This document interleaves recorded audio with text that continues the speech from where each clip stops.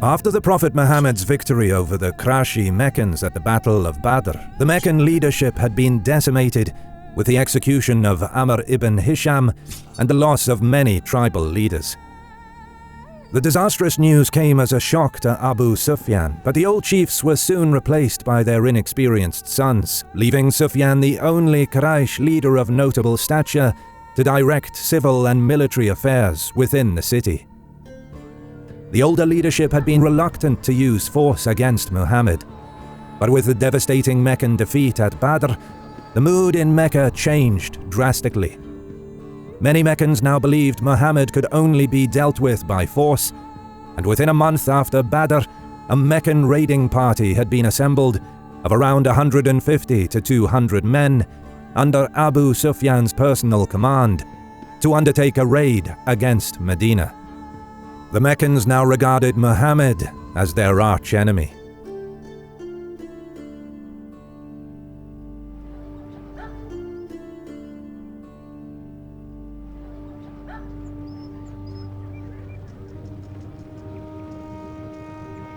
In April 624, Abu Sufyan's raiders approached Medina.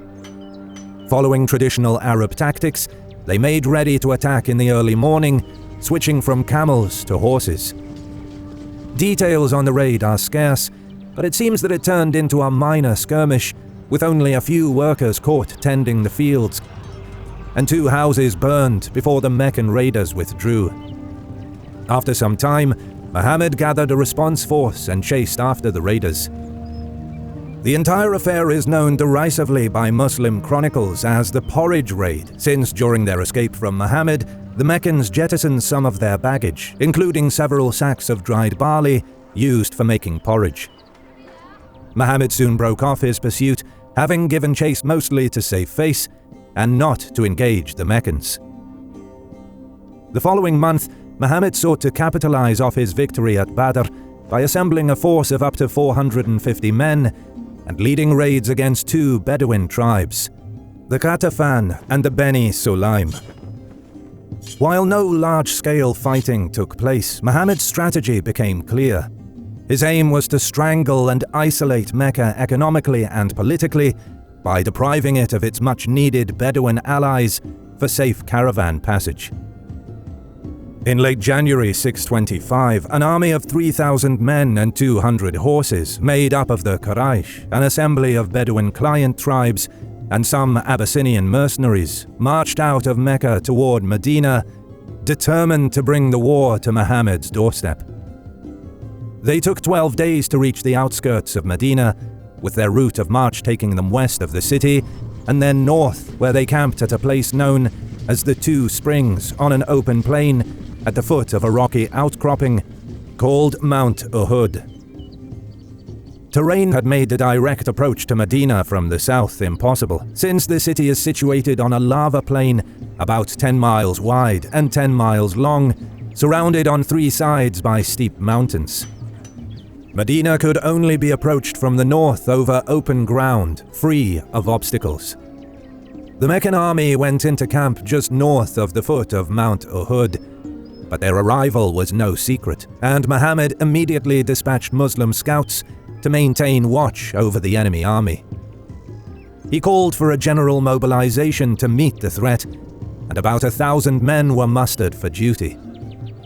Muhammad knew he was greatly outnumbered. Additionally, giving battle on an open plain would relinquish the advantage to the Meccans. Worse, the Muslims had no cavalry, while the Meccans had 200 horsemen under the command of Khalid ibn al-Walid and Ikramah ibn Abu Jahl, later to become 2 of the most famous Muslim generals in the early Islamic conquests. Muhammad assembled a war council to seek advice. As always, the Prophet was disposed to the defense and wanted to draw the enemy army into Medina itself in urban house-to-house fighting. In this argument, he was supported by Abdullah ibn Ubay, the chief of the Khazrai and an experienced warrior, who was also in favor of fighting it out in the streets. Their argument was sound. The palm groves, springs, walled gardens, and the fortified compounds with their towers made it difficult for the Meccans to bring their superior numbers to bear on the Muslims. The terrain and obstacles would break up any Meccan unit cohesion, making them vulnerable to ambush and piecemeal engagements by the Muslims, defeating them in detail. The Meccans also had no siege weaponry, so if the Muslims withdrew into their compounds and refused to give battle, the Meccan army, lacking any supply trains, would be forced to abandon their position after the crops in their field were all used up. However, a large crowd had gathered, some wanting to fight in the city, while many wanted to fight in the open. Muhammad finally decided on a pitched battle. He donned his armor and retrieved his weapons, and ordered the men to muster near the cul-de-sac at the foot of Mount Uhud. However, Ibn Ubay strongly opposed Muhammad's decision to offer battle in the open plain instead of engaging in urban combat in the streets of Medina. He withdrew his contingent of Khazraj tribesmen, about 300 men, a third of Muhammad's army, and rode back to Medina. The rest of the host pressed on to Mount Uhud. Upon the arrival of the Meccans, Muhammad ordered a skirmish line to be thrown out across the northern approaches and nightly patrols conducted to warn of enemy activity. Muhammad then surrounded himself with a bodyguard of 50 chosen men.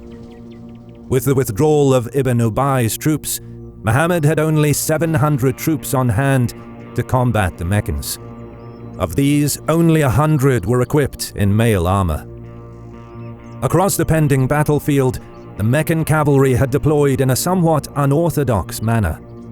One troop contingent under the command of Ikrimah ibn Abu Jahl was deployed forward of the main Meccan infantry line and was likely intended to skirmish with the Muslim front line using their lances from horseback. The more serious threat to Muhammad's position was the second cavalry troop, probably larger, commanded by Khalid ibn al-Walid and deployed far to the right of the Meccan infantry line. His mission was to turn Muhammad's flank. The terrain to Muhammad's left was broken by palm groves and walled gardens, but this was insufficient to prevent a movement in formation by al-Walid's cavalry.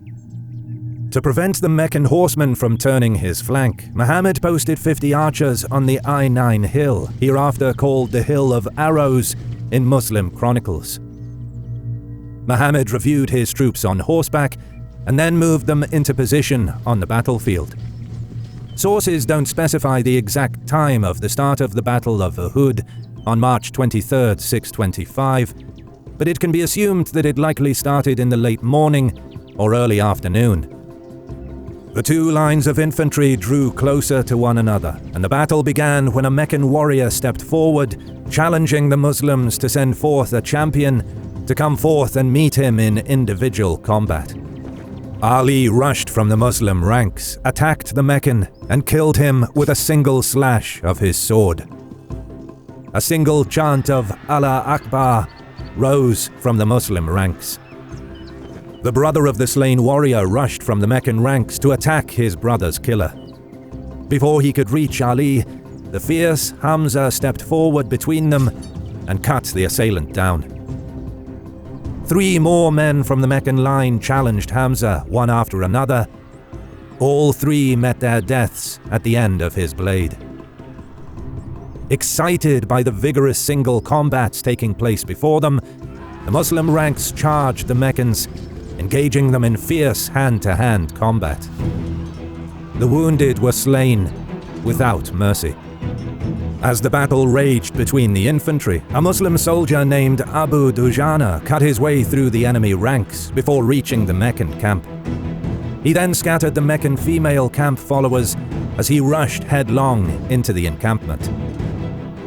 Meanwhile, Hamza seems to not have taken part in the charge, but prowled the battlefield looking for Meccan warriors to fight.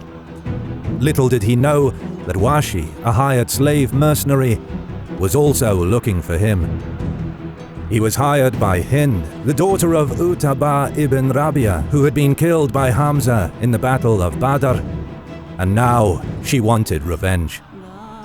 As Hamza engaged another Meccan champion, Wahshi found him, threw his javelin, and pierced right through his body. Hamza charged Wahshi, but before he could reach him, he collapsed to the ground.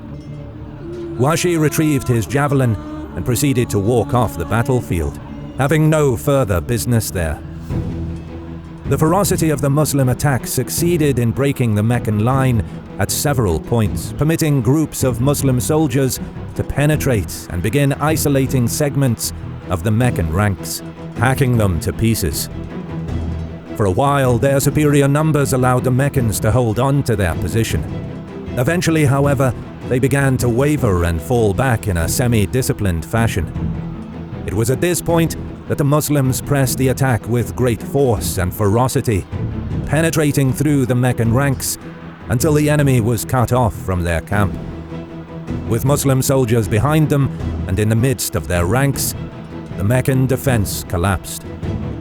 Once more, Muhammad's disciplined infantry had proven that a smaller, highly motivated force could defeat a larger, less motivated force in close combat. Had the Muslims even had a small cavalry contingent with which to pursue and scatter the routed Meccans, the Battle of Uhud would have been a complete disaster for the enemy army. But the Meccan cavalry, commanded by Khalid ibn al-Walid, had still not engaged in the fighting. Khalid hovered near the flanks, moving his mounted contingent about and waiting for the right time to strike. It was at this time that the Meccan infantry broke and fled, exposing their camp. The Muslim attack subsequently lost momentum as the soldiers abandoned the fight to plunder the camp. Many of the archers guarding the Hill of Arrows also joined in the looting, with only a handful remaining at their post. Al-Walid, seeing most of the archers leaving to plunder the Meccan camp, rallied his cavalry and led it at full gallop through the now unprotected gap. Khalid led the horsemen from the front as they turned Muhammad's flank and struck his forces in the rear. 200 Meccan cavalry punched right through the enemy infantry and continued riding, readying themselves to wheel about and strike again. Attempting to regroup along the line of departure, the Muslims broke off their looting and turned around. This provided breathing room for the Meccans to reform and return the attack. Khalid ibn al-Walid continued to wreak havoc behind the Muslim positions, his horsemen riding about the rear, striking targets of opportunity with their long lances. The Muslim infantry began to lose its cohesion and flee, with their formations collapsing entirely. Events went from bad to worse. Muhammad and his bodyguard were now surrounded by Meccan troops pressing the attack with great force.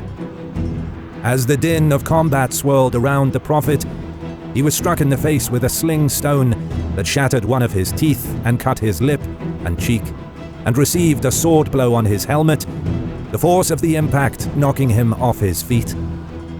Around him, his bodyguards were being cut to pieces. The Meccans closed in on Muhammad's position. Seeing this, the Prophet's standard-bearer, Mus'ab ibn Umayyah, raised his flag and shouted the takbir to divert the enemy's attention to himself. Mus'ab fought valiantly, but was cut down. Suddenly, the rumor swept the battlefield that Muhammad had been killed. A cheer rose among the Meccans, but they mistook Mus'ab for Muhammad, both of whom wore similar battle armor. News of the Prophet's death brought the Battle of Uhud to an end, with the Meccans breaking off their attack in celebration. Meanwhile, Muhammad, dazed from the blow he received, was safe under a pile of bodies, protected by a few stalwart Muslim warriors. Muhammad and his followers later buried their dead on the battlefield and returned to Medina that night. The Battle of Uhud may have seemed like a major defeat for Muhammad's Muslim army, but Abu Sufyan's Meccan army failed to follow up the scattering of Muslim forces and take Medina. He soon had the Meccan army riding home, believing they had won and that Muhammad was dead. 2 days after the battle, Muhammad ordered the remnants of his army to assemble back at Medina. The Battle of Uhud was a setback for the Muslim cause, but Muhammad had not been killed, and Medina had survived. He and his men lived to fight another day. If you stayed around this far, thank you for watching. Don't forget to subscribe and leave a comment as a sacrifice to the algorithm. You can also support us on Patreon and get ad-free early access to our videos for as little as $1, or by clicking the thanks button below to leave a one-time tip. As always, we'll see you in the next one.